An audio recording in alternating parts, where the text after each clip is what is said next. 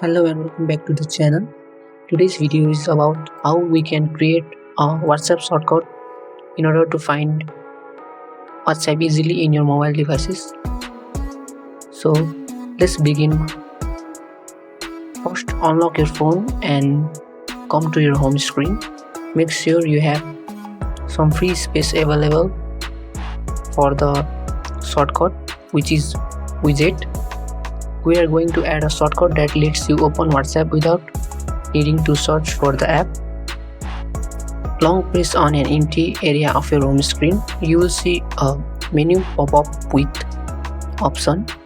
Tap on Widget to access all available widgets on your phone.